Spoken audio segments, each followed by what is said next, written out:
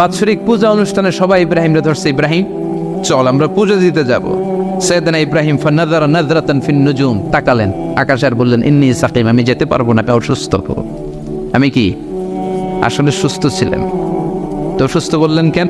কারণ অসুস্থতা দুই ধরনের, চিল্লায় বলেন, একটা শারীরিক আর একটা।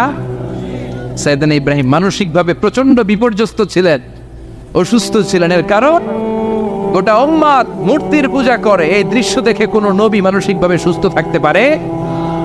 উনি বললেন আমি অসুস্থ, তোমরা যাও।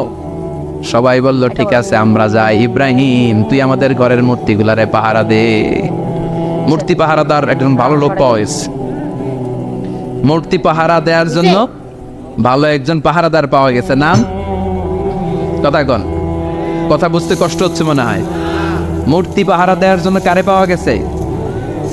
সাইয়েদনা ইব্রাহিম কয় ঠিক আছে আজকে পাহারা দি, মুজাম্মের পাহারা, যা তোরা দিতাছি, পাহারা দিতেছি যা। এইবার সাইয়েদনা ইব্রাহিম মূর্তির ঘরে ঢুকলেন, দেখেন কি সুন্দর কথোপকথন আল্লাহ তুলে ধরলেন।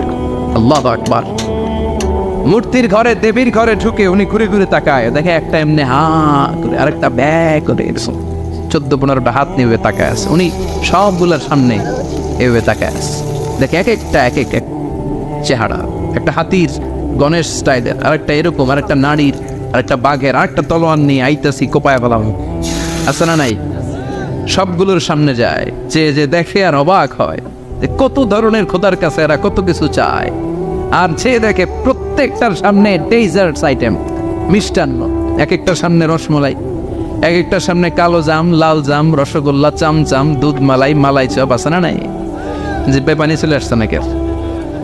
তো সাইয়েদনা ইব্রাহিম অবাক, কিরে এত মূর্তি, এত ডিজাইন, এত ভাবে আর অঙ্গভঙ্গি করে আছে, এত খাবার দেয়া।